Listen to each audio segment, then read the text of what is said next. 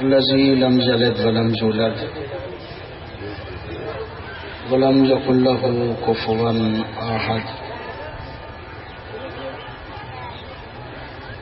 ولم يكن له كفوا أحد والصلاة والسلام على أفضل العدد العبد المؤيد والرسول المسدد المصطفى الأمجد المحمود الأحمد حبیب الہ العالمین ابی الزہراء محمد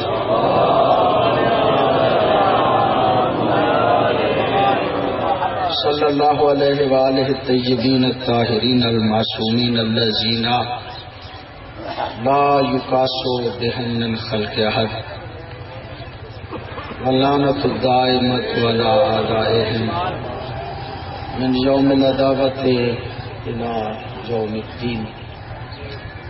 اما بعد فقد قال اللہ تبارک و تعالی فی کتابہ الحکیم بسم اللہ الرحمن الرحیم فاعلم انہ لا الہ الا اللہ. صلوات پڑھیے گا بابا سے.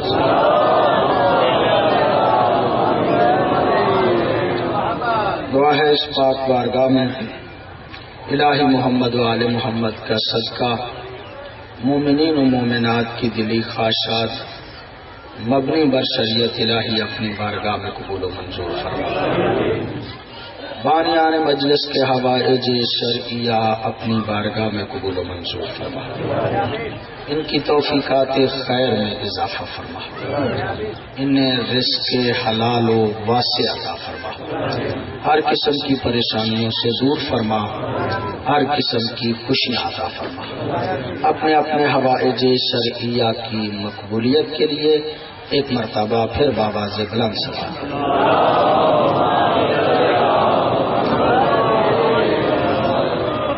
اس خمسے کی آج آخری مجلس ہے. مختلف موضوعات پہ گفتگو ہوئی اور کئی باتیں ذہن میں تھیں کہ جن کے حوالے سے گفتگو کی جائے. ظاہر ہے کہ مخصوص وقت ہوتا ہے اور اس مخصوص وقت میں جتنی باتیں ہو سکتی ہیں وہ ہم آپ کی خدمت عالیہ میں پیش کرتے ہیں. ملک پاکستان میں تشیع پہ جو گزر رہی ہے یقیناً وہ آپ صاحبان کے ذہن عالی میں موجود ہے. سب سے آسان ٹارگٹ جسے سمجھا جاتا ہے وہ شیعان حیدر کرار ہے. ہمارے لوگ مختلف جگہوں پہ شہید ہو رہے ہیں. مسلسل شہداء ہم پیش کر رہے ہیں. میں نے پچھلی کسی تقریر میں عرض کیا تھا کہ شیعان حیدر کرار کمزور نہیں. یہ بات نہیں کہ جو کسی اور کو چیز ملتی ہے وہ شیعوں کو نہیں ملتی. اگر کوئی اور کوئی کام کر سکتا ہے تو شیعہ نہیں کر سکتے، ایسی بات نہیں. یہ بات میں نے مثال دی تھی، دوبارہ عرض کر رہا ہوں. مولا امیر المومنین کی خدمت میں دو عورتیں ایک بچہ لے کے آ گئیں. دونوں کا دعویٰ یہ تھا کہ یہ میرا بچہ ہے. کوئی دلیل ایسی تھی نہیں کہ جس سے فیصلہ ہو سکے. مولا نے غلام کو کہا تلوار لے کے آؤ، اس بچے کے دو ٹکڑے کر کے آدھا ایک کو دے دو، آدھا دوسری کو دے دو. جب کہا نا اس بچے کے ٹکڑے کر کے آدھا ایک کو دے دو، آدھا دوسری کو دے دو، تو جس کا بچہ تھا وہ کہنے لگی میرا نہیں. اس لیے کہ اس کے ذہن میں اس بچے کا تحفظ تھا، وہ ٹکڑے ٹکڑے ہونے سے بچانا چاہتی تھی، میرے پاس نہ رہے، اسی کے پاس رہے، بچا تو رہے۔ اس ملک کے اصلی وارث ہم ہیں، اس ملک کو بنانے والے ہم ہیں، یہ ملک ہمارا ہے، ہم نہیں چاہتے کہ یہ ٹکڑے ٹکڑے ہو۔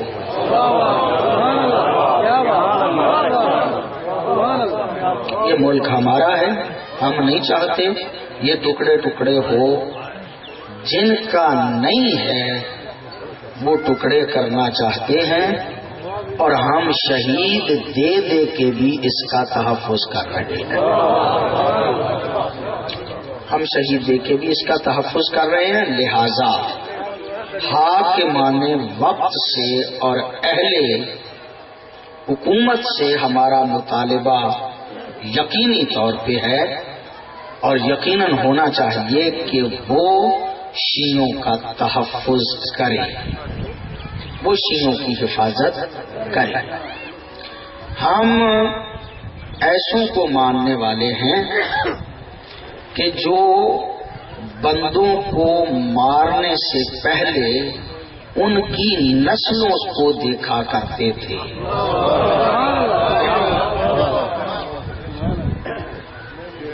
ہم نسلوں سے آگاہ ہیں، وہ کون کون ایسے ہیں کہ جو اس ملک کے دشمن ہیں، ہم یہ بھی جانتے ہیں کہ کون کون ایسے ہیں جو دشمنان اسلام ہیں۔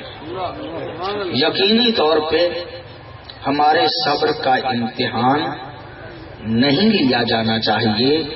ہم چونکہ جس سوچ پہ ہیں ہمیں اس سوچ پہ رہنے دیا جائے، اور ہمارا تحفظ جن کی ذمہ داری ہے ان کو کرنا چاہیے۔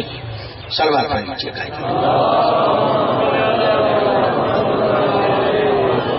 کافی باتیں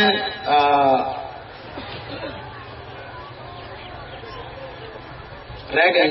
ایک سوال ہے، میں نے کسی پچھلی مجلس میں اس بات کو عرض کیا تھا کہ حضرت ابو بکر رضی اللہ تعالی عنہ آخر وقت پہ جب نماز پڑھانے تشریف لے گئے اور وہ نماز پڑھا رہے تھے کہ پیغمبر گرامی اپنی بیماری کے باوجود، یہ روایت صحیح ستہ میں ہے، یہ روایت میں نے جو پڑھی تھی یہ صحیح ستہ میں ہے، بخاری و مسلم میں یہ روایت ہے کہ پیغمبر گرامی، کسی اور مقصد کے لیے میں نے اس روایت کو بیان کیا تھا کہ پیغمبر گرامی دو بندوں کے کندھوں پہ ہاتھ رکھ کے وہاں تک پہنچے، مسجد نبوی میں اس عالم میں پہنچے کہ ایک ہاتھ آپ کا حضرت عباس بن عبد المطلب کے کندھے پہ تھا اور دوسرا ہاتھ علی کے کندھے پہ تھا۔ سوال یہ ہے کہ پیغمبر گرامی گئے کیوں؟ سوال یہ کیا گیا ہے کہ پیغمبر گرامی گئے کیوں؟ پہلی بات تو یہ میرے دوستو کہ یہ روایت آل محمد نے نہیں فرمائی۔ حضرت کا نماز پڑھانا بھی آل محمد نے نہیں فرمایا کہ نبی نے انہیں بھیجا تھا، یہ پیغمبر گرامی نے انہیں نہیں بھیجا تھا۔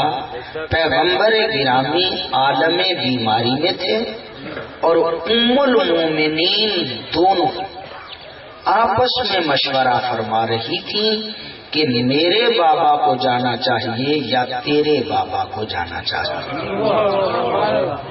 میں نے زیادہ وضاحت میں نہیں جانا، دونوں امہات المومنین ام المومنین حضرت حفصہ رضی اللہ تعالی عنہا اور ام المومنین حضرت عائشہ رضی اللہ تعالی عنہا، یہ دونوں امہات المومنین کے بارے میں ملت اسلامیہ کے افراد کو پتا ہے کہ حضرت ام المومنین حضرت عائشہ حضرت ابو بکر کی لخت جگر تھی اور حضرت حفصہ رضی اللہ تعالی عنہا کا تعلق حضرت عمر سے تھا. نبی کا آخری زمانہ تھا، غدیر والے کو ماننا نہیں تھا، غدیر والے کو ماننا نہیں تھا. دونوں نے آپس میں مشورہ کیا. حضرت ابو بکر کو ہمارا نقطہ نظر یہ ہے کہ نبی نے نہیں بھیجا تھا، امہات المومنین نے بھیجا تھا. اب آپ یہ خود سمجھیے کہ جب نبی نے بھیجا نہیں تھا، اگر نبی نے بھیجا تھا تو جانے کی ضرورت کیا تھی؟ اگر نبی نے بھیجا ہوتا تو نبی کو جانے کی ضرورت نہیں تھی، چونکہ بھیجا تھا نا. امہات المومنین نے پیغمبر گرامی کے کان میں آواز پڑی، نبی برداشت ہی نہیں کر سکے، نبی برداشت ہی نہیں کر سکے. بیماری کے عالم میں ایک ہاتھ ایک بندے کے کندھے پہ رکھا، اگر میں روایت کو مان لوں تو دوسرا ہاتھ دوسرے بزرگ ہستی کے کندھے پہ رکھا، اور نبی خود اس لیے تشریف لے گئے کہ ابھی تو میں اس مصلی کا وارث موجود ہوں.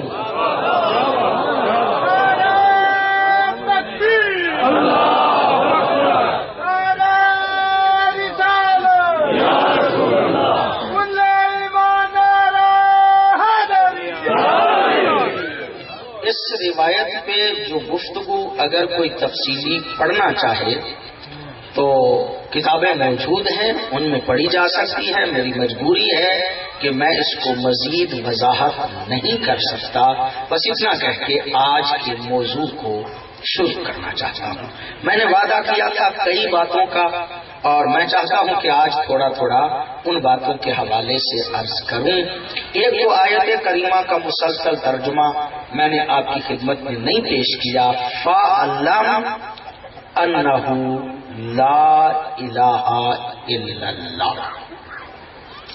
جان لو، صیغہ امر ہے فعلم، اور صیغہ امر اگر علی الاطلاق ہو تو میں کہا کرتا ہوں وجوب پہ دلالت کرتا ہے. فعلم تم جان لو، یہ تمہارا جاننا ضروری ہے. اس بات کے جانے بغیر تمہارا گزارا ہی نہیں. تمہیں جاننا ہی پڑے گا کہ انہ لا الہ الا اللہ، کہ اس ذات کے علاوہ کوئی معبود نہیں. یہ بات تمہیں جاننا ہی پڑے گی کہ اس ذات کے علاوہ کوئی معبود نہیں. تمہیں معرفت توحید تمہارے لیے ضروری ہے کہ اللہ کی معرفت حاصل کرنا. نعرہ تکبیر، اللہ اکبر، نعرہ رسالت، یا رسول اللہ،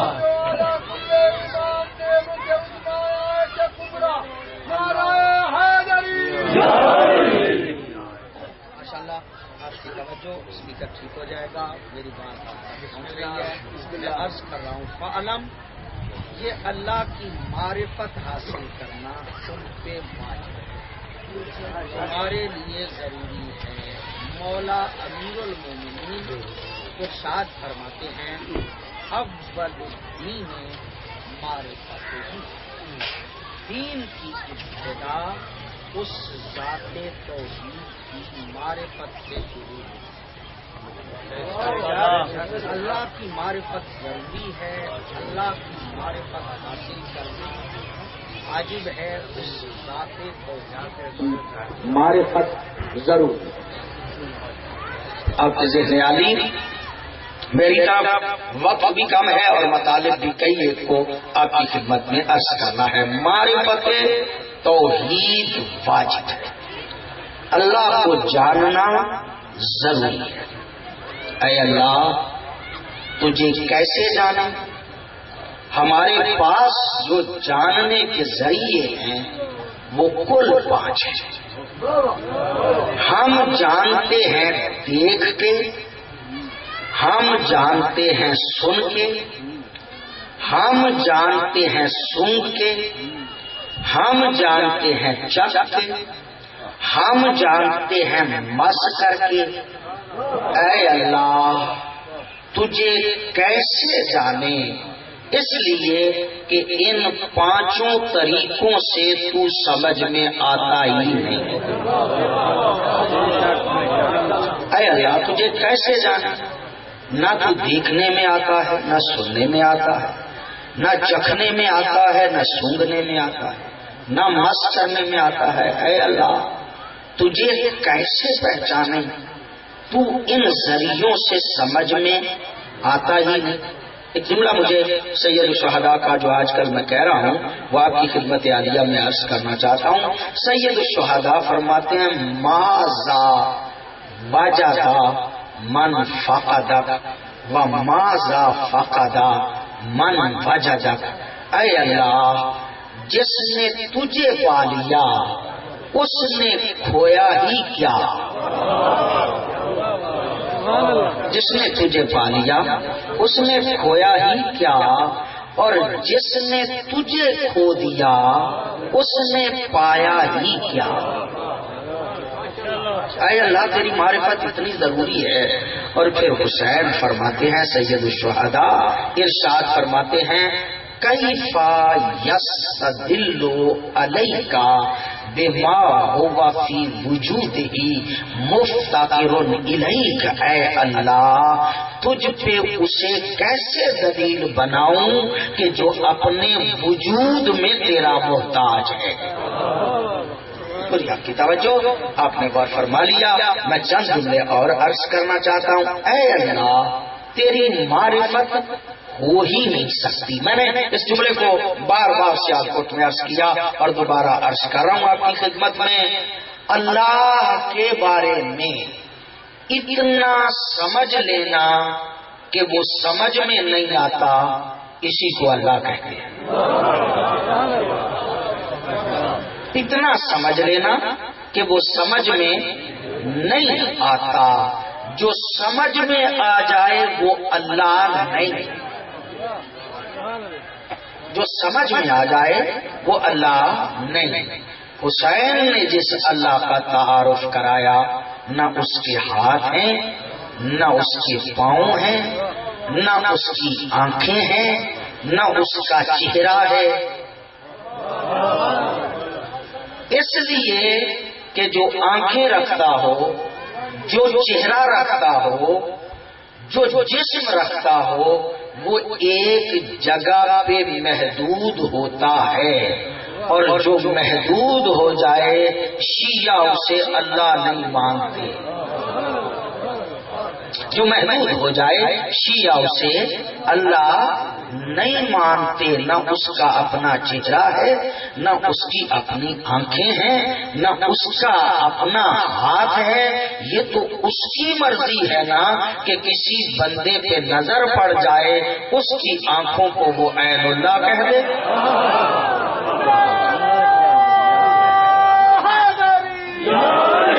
کسی کی آنکھوں کو وہ عین اللہ کہہ دے، کسی کے ہاتھوں کو وہ ید اللہ کہہ دے، اور کسی کے چہرے کو وہ وجہ اللہ کہہ دے۔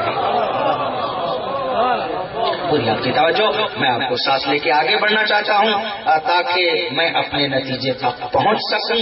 میرے دوستو، ہم جسے اللہ کہتے ہیں اس کا جسم نہیں، اس کے ہاتھ نہیں۔ ہم جسے اللہ کہتے ہیں اس کی ٹانگیں نہیں۔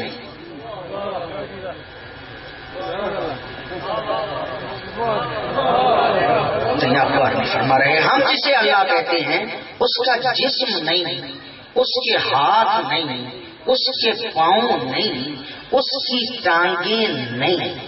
پتہ نہیں کیا مجبوری ہے مسلمانوں کی، جہنم کو بھرنا چاہتے ہیں.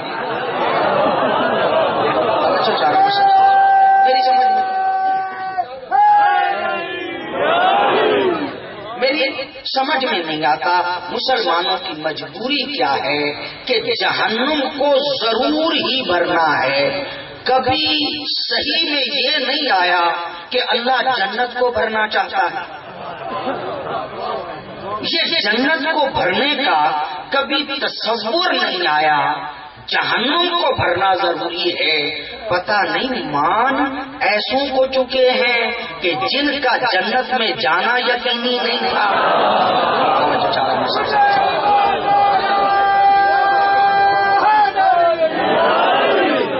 جنت کا خیال نہیں. سب سے صحیح کہتی ہے، سب سے صحیح کتاب بعد از کتاب باری وہ کہتی ہے جہنم نہیں بھری جائے گی. کہے گی حال میں مزید کوئی اور بھی ہے، اللہ کچھ اور جہنمیوں کو بھیج دے گا. وہ پھر دیکھ کے کہے گی حال میں مزید کچھ اور ہے.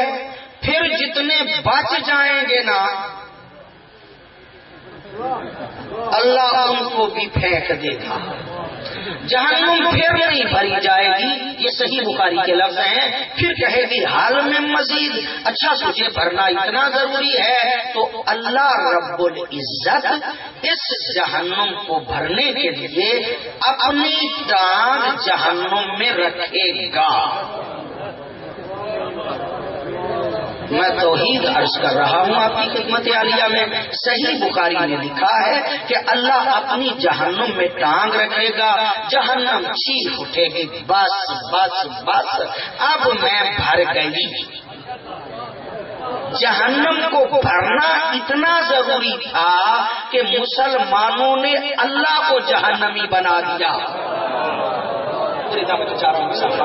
اتنا بھرنا ضروری تھا کہ مسلمانوں نے اللہ کو جہنمی بنا دیا. تو جن کا اللہ جہنمی ہو،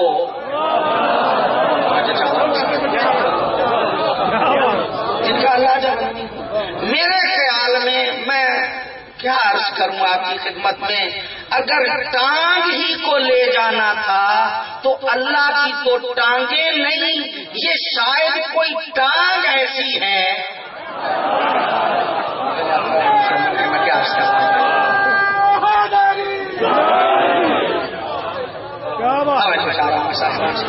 پوری توجہ ہے آپ صاحبان کی. آپ غور فرما رہے ہیں آل محمد جس توحید کا تعارف کراتے ہیں وہ آل محمد نے تعارف اور کرایا. آل محمد کہتے ہیں کہ اللہ سمجھ میں نہیں آتا، جو سمجھ میں نہ آئے اسے اللہ کہتے ہیں. جو ہے آپ صاحبان کی یہ روایت میں نے پڑھی، دوبارہ آپ کی خدمت میں عرض کر رہا ہوں. سرکار حضرت امام جعفر الصادق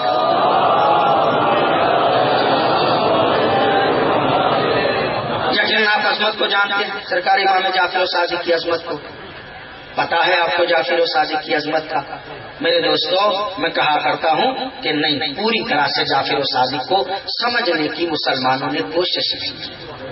جب جعفر الصادق کا تذکرہ آتا ہے نا، کہتے ہیں حضرت امام اعظم، حضرت امام مالک، حضرت امام شافعی، حضرت امام حنبل، حضرت امام جعفر الصادق.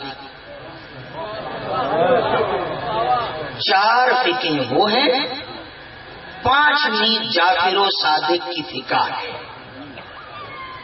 یہ 4 کے ساتھ جعفر الصادق کا ذکر کرنا یہ جعفر الصادق کو نہ سمجھنے کی دلیل ہے. ادھر امام اعظم، ادھر امام مالک، ادھر امام شافعی، ادھر امام حنبل. میں بڑے احترام سے عرض کروں یہ 4 مجتہد ہیں. یہ چاروں مجتہد ہیں. اور مجتہد کی تعریف کیا ہے؟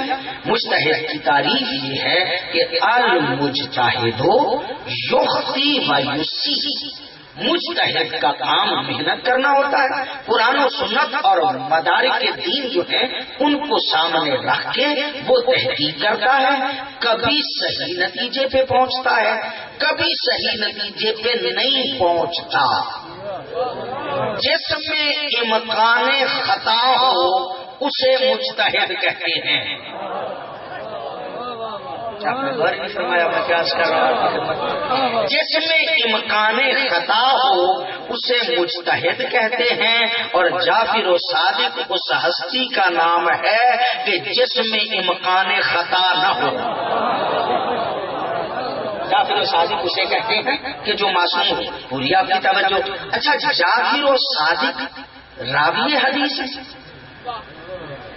راوی حدیث جس طرح حضرت ابو ہریرہ, جس طرح حضرت ام المومنین. راوی وہ ہوتا ہے, پوچھ لیجیے گا علماء سے. علماء نے ایک علم مرتب کیا ہے جس کا نام ہے علم رجال.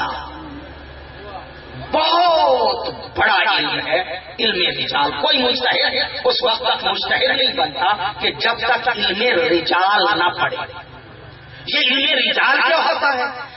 جب روایت حدیث سامنے آتی ہے نا تو مجتہد اس حدیث پہ تحقیق کرتا ہے. تحقیق کرتے ہوئے دیکھتا ہے کہ راوی سچا ہے یا راوی جھوٹا ہے. توجہ چاہ رہا ہوں صاحبان سے. اس کا مطلب یہ کہ راوی جھوٹا ہو سکتا ہے. اور ہے جانیے آپ سے راوی جھوٹا ہو سکتا ہے.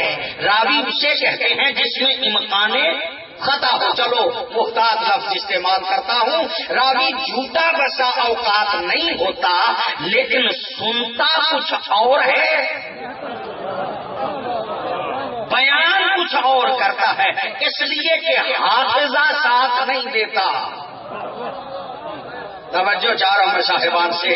جس کا حافظہ ساتھ نہ دے وہ راوی ہوتا ہے. اور جعفر و صادق اسے کہتے ہیں کہ جو وارث علم نبی ہو.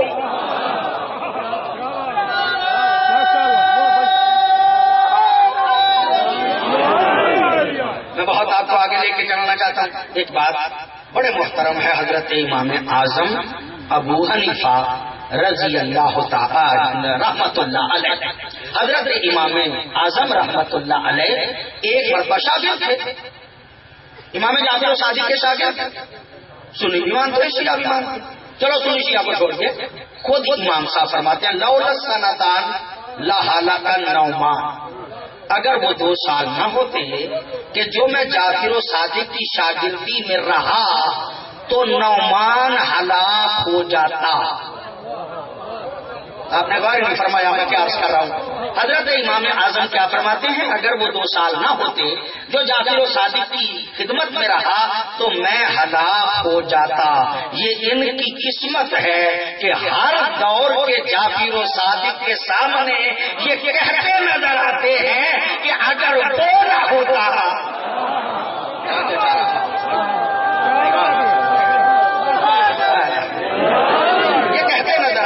اگر وہ نہ ہوتا تو میں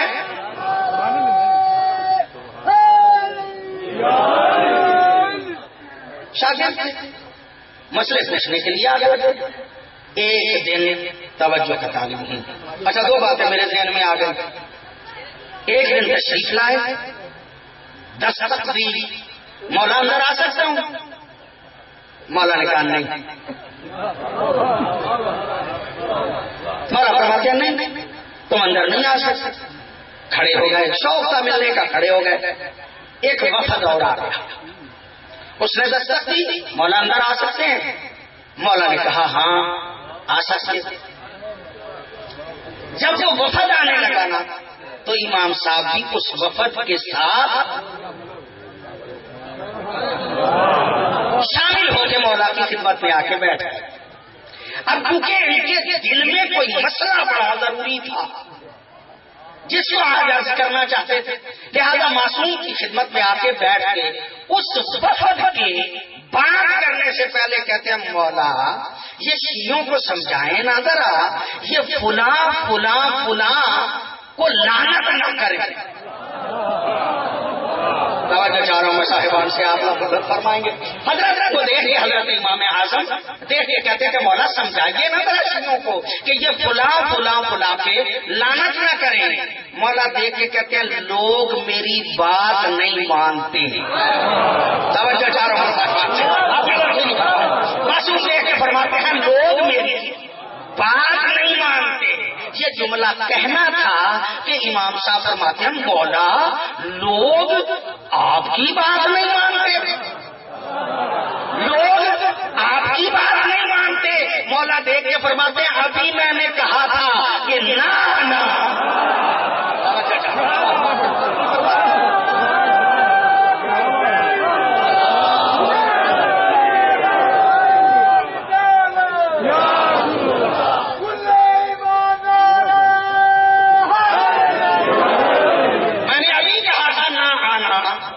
تم آ گئے نا، ابھی تو میں نے کہا تھا نہ آنا، تم آ گئے نا، تو شاگرد ہو کے جو نہیں مانتے۔ توجہ چاہ رہا ہوں صاحبان سے، آپ لفظ نہیں فرمائیں گے۔ ایک جملہ اور عرض کر کے آگے بڑھنا چاہتا ہوں، آگے بہت آگے چلنا چاہتا ہوں، آج باتیں کچھ کافی آپ کی خدمت میں عرض کرنا چاہتا ہوں۔ ایک مرتبہ یہ تشریف لائے، اب مولا کا انداز تھا اپنا طریقے کا، تشریف لائے، مولا صحت مند تھے، اچھی بھلی صحت تھی، عصا لیا اور عصا کی ٹیک لگا کے آہستہ آہستہ چلتے ہوئے دروازے پہ پہنچے۔ اب شاگرد حضرت امام اعظم ابو حنیفہ رحمت اللہ علیہ بزرگوار نے جب دیکھا نا کہ مولا عصا کی ٹیک لگا کے چل رہے ہیں، دیکھ کے کہتے ہیں مولا آپ کی صحت تو خراب نہیں، آپ کی صحت تو اچھی بلی ہے، آپ یہ عصا کیوں لے کے آ گئے؟ مولا فرماتے ہیں تجھے بتانا چاہتا تھا ایک مسئلہ، اس لیے عصا لے کے آیا ہوں، تجھے بتانے کے لیے عصا لے کے آیا ہوں۔ کہا مولا کیا؟ کہا یہ جو عصا ہے نا میرے ہاتھ میں، یہ عصائے رسول ہے۔ توجہ چاہ رہا ہوں صاحبان سے، آپ لوگ فرمائیں گے، توجہ چاہ رہا ہوں صاحبان سے، ایک لوگ فرمائیں گے۔ مولا نے دیکھ کے کہا کہ یہ جو عصا ہے نا میرے ہاتھ میں، یہ عصائے رسول ہے، یہ عصائے رسول ہے۔ جب پتا چلا نا یہ نبی کا عصا ہے تو بڑے محب تھے حضرت امام اعظم، بڑے نبی سے پیار کرنے والے تھے حضرت امام اعظم، نبی کے محب تھے، پیارے تھے، بڑی جلدی سے عصا کا بوسہ لینا چاہا۔ جب حضرت امام اعظم آگے بڑھے نا نبی کے عصا کا بوسہ لینے کے لیے، ایک مرتبہ جب آگے بڑھ رہے تھے صاحب منتہی الاعمال یہ جملہ کہتا ہے کہ جب آگے بڑھے نا میرے معصوم نے جلدی سے نبی کا عصا پیچھے کر کے اپنا ہاتھ آگے کر دیا۔ توجہ چاہ رہا ہوں، میرے مولا نے ایک مرتبہ عصا پیچھے کر کے اپنا ہاتھ آگے بڑھایا اور ہاتھ بڑھا کے کہا یہ تو عصائے رسول ہے، میں خون رسول ہوں۔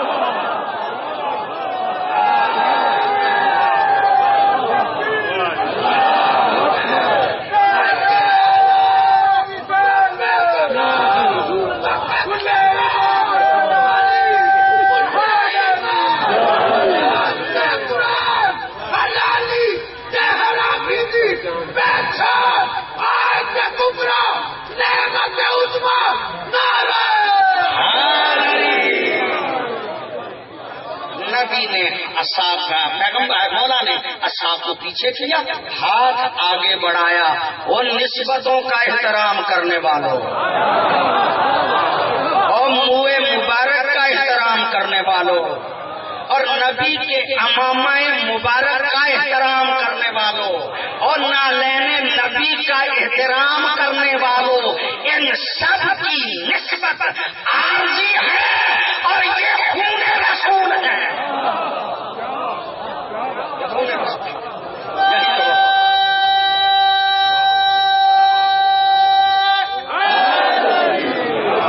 یہی تو بات ہے جس کو آج تک ہم سمجھا رہے ہیں، خون رسول اور ہیں نسبتوں والے اور ہیں۔ آپ کی پوری توجہ، آپ کی پوری توجہ۔ کتاب کا نام ریاض النظرہ ہے، صحابہ کرام کی عظمت پہ۔ اچھا چلیے ریاض النظرہ کا بھی حوالہ دیتا۔ ایک اور کتاب ہے، کتاب یہ ریاض النظرہ میں بھی بات ہے لیکن پھر سنیے گا، ایک کتاب اور ہے، اس کا نام ہے زبدۃ التحقیق، اردو میں لکھی ہوئی ہے زبدۃ التحقیق۔ لکھنے والے سید عبد القادر گیلانی، لندن میں رہتے ہیں، زندہ ہے سید عبد القادر گیلانی، شیخ الاسلام میں کہا جاتا ہے وہ شیخ، وہ بھی بہت بڑے علامہ ہیں، سید بھی ہیں، گیلانی سید ہیں۔ انہوں نے کتاب لکھی ہے زبدۃ التحقیق۔ وہ ارشاد فرماتے ہیں اس کتاب میں کہ حضرت امام حنبل کے فرزند کا نام تھا عبداللہ۔ عبداللہ نے کہا بابا سب سے بڑے صحابی کا نام کیا ہے؟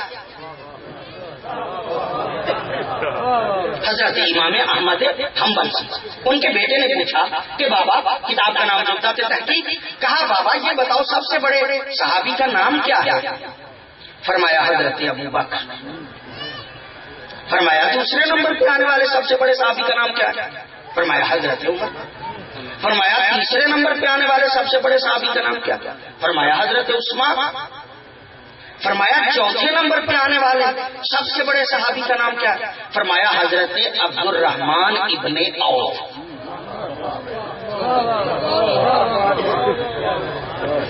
جب کہا نا چوتھے نمبر پہ آنے والے سب سے بڑے صحابی کا نام کیا ہے، حضرت امام احمد بن حنبل نے فرمایا حضرت عبد الرحمن ابن عوف یہ جملہ کہنا تھا کہ ان کے فرزند عبداللہ پریشان ہو گئے، کہتے ہیں اینا علی، اینا علی، بابا علی کہاں گئے؟ آپ علی کو چوتھے نمبر پر بھی نہیں سمجھتے، آپ علی چوتھے نمبر پر نہیں سمجھتے۔ یہ جملہ کہنا تھا کہ امام احمد بن حنبل کہتے ہیں بیٹا علی من اہل بیت رسول اللہ،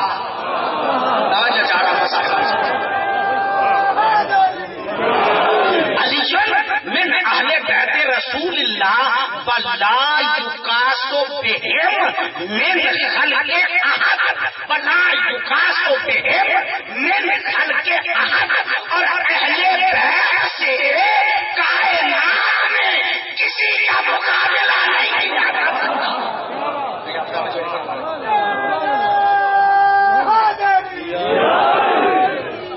اہل بیت کے ساتھ کسی دوسرے کا مقابلہ نہیں کیا جا سکتا۔ میرے دوستو، میرے بزرگوں، حضرت ابو بکر کا مقابلہ حضرت عمر سے ہے، حضرت عمر کا مقابلہ حضرت عثمان سے ہے، حضرت عثمان کا مقابلہ حضرت عبد الرحمن ابن عوف سے ہے، حضرت عبد الرحمن ابن عوف کا حضرت ابو عبید اللہ بن جراح سے ہے، حضرت ابو عبید اللہ بن جراح کا مقابلہ حضرت ابو سعید خدری سے ہے، حضرت ابو سعید خدری کا مقابلہ حضرت طلحہ سے ہے، حضرت طلحہ کا مقابلہ حضرت زبیر سے ہے، اس لیے کہ یہ سارے ایک جیسے ہیں۔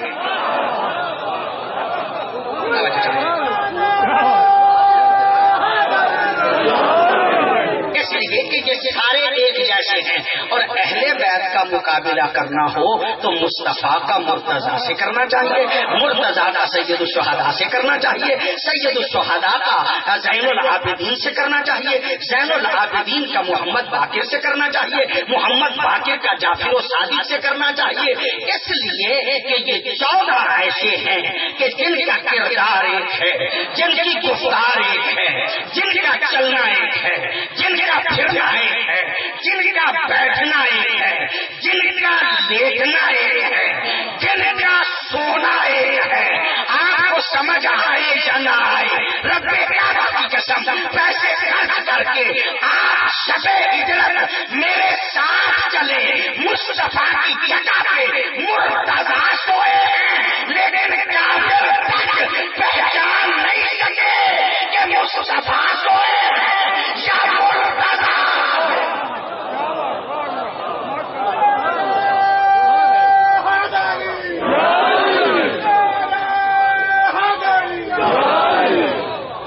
آپ کی توجہ، بات زیادہ لمبی نہ کروں، قریب لے کے آ جاؤں، قریب لے کے آ جاؤں. اللہ سمجھ میں نہیں آتا، اللہ سمجھ میں نہیں آتا. اللہ تجھے کیسے سمجھے؟ کہا سنریہم آیاتنا فی الآفاق وفی انفسہم حتی یتبین لہم انہ الحق. تمہارے سروں کی جتنی وسعت ہے، اگر مجھے سمجھنا چاہتے ہو تو اپنے آپ کو دیکھو، میرا پتہ چلے گا. اپنے آپ کو دیکھو، میرا پتہ. مولا بھی فرماتا ہے من عرف نفسہ فقد عرف ربہ. جو اپنے آپ کو پہچان لے اسے رب کی سمجھ آ جاتی ہے. اپنے آپ کو دیکھو تب بھی اللہ کا پتہ چلتا ہے. کائنات کو دیکھو تب بھی اللہ کا پتہ چلتا. آیت میں دو لفظ ہیں، سنریہم آیاتنا فی الآفاق وفی انفسہم. ایک لفظ آفاق کا ہے، ایک لفظ انفس کا ہے. انفس کے مراد نفس، آفاق سے مراد کائنات. کائنات کو دیکھ کے بھی اللہ کا پتہ چلتا ہے، اپنے آپ کو دیکھ کے بھی اللہ کا پتہ چلتا ہے. پوری توجہ کا طالب ہوں. دو نشانیاں ہیں اللہ کے اللہ ہونے میں، ایک آفاق ہے، ایک انفس ہے. مجلسی زبان استعمال کروں تاکہ آپ کی توجہ ہو جائے. اللہ کے اللہ ہونے پہ دو دلیلیں ہیں، ایک صامت، ایک ناطق. صامت سے بھی اللہ کا پتہ چلتا ہے، ناطق سے بھی اللہ کا پتہ چلتا ہے. ساری صامتوں میں جو اللہ کے اللہ ہونے پہ سب سے بڑی دلیل ہے اس کا نام ہے قرآن. توجہ کا طالب، اس کا نام ہے قرآن. اور ناطق میں سے جو اللہ کے اللہ ہونے پہ سب سے بڑی دلیل ہے اس کا نام ہے مصطفیٰ. مصطفیٰ سے بھی اللہ کا پتہ چلتا ہے، قرآن سے بھی اللہ کا پتہ چلتا ہے. میرے دوستو، ریاض نہیں کرنی چاہیے. اگر اللہ کے اللہ ہونے پہ دو دلیلیں ہیں تو مصطفیٰ کی رسالت پہ بھی دو دلیلیں ہونی چاہیے. ایک ثابت ہونی چاہیے، ایک ناطق ہونی چاہیے. ثابت کا نام ہے قرآن، ناطق کا نام ہے علی.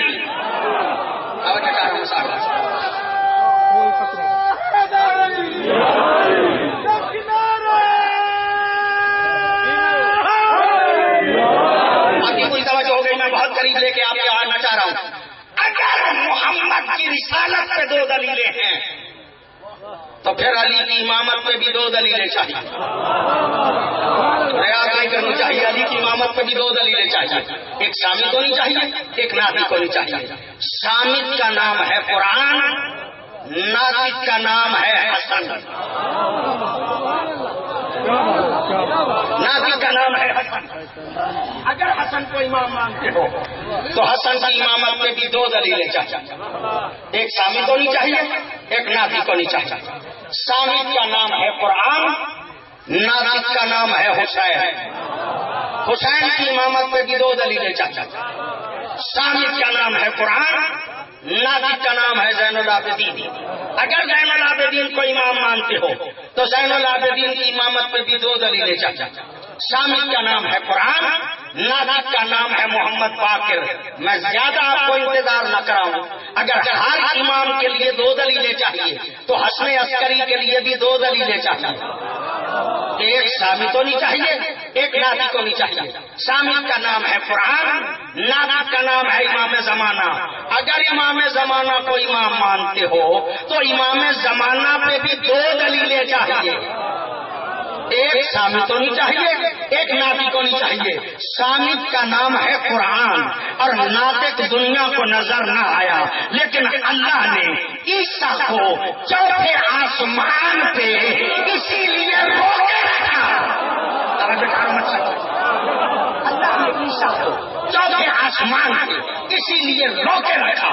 اے عیسیٰ، جب علی کا 11واں جانشین جائے ادھر سے قرآن دلیل بنے گا، ادھر سے تم نے جانا ہے. لیکن یاد رکھنا، جا کے امام زمانہ کے آگے کھڑا نہیں ہونا بلکہ پیچھے کھڑا ہونا ہے.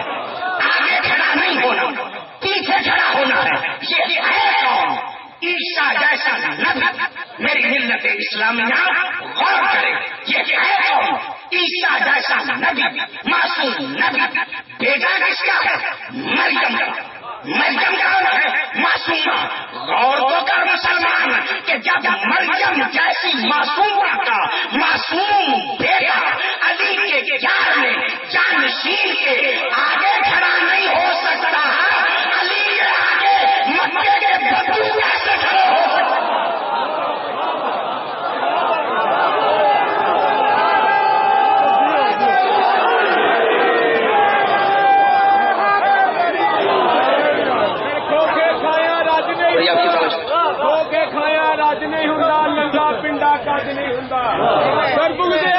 دل وچ ہوے پینڈا ہی پیندا وراج نہیں ہوندا، کھلے ایماندار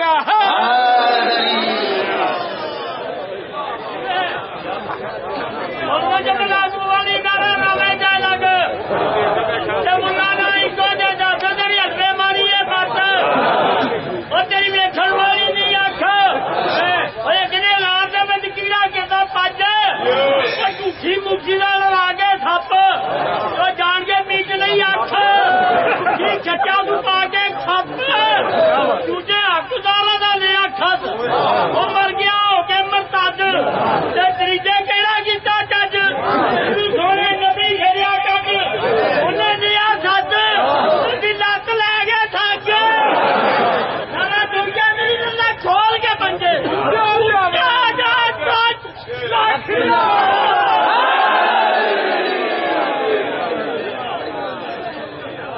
اللہ کے اللہ ہونے پہ دو دلیلیں چاہیے، اللہ کے اللہ ہونے پہ دو دلیلیں چاہیے، ایک کا نام ہے قرآن، دوسرے کا نام ہے مصطفیٰ۔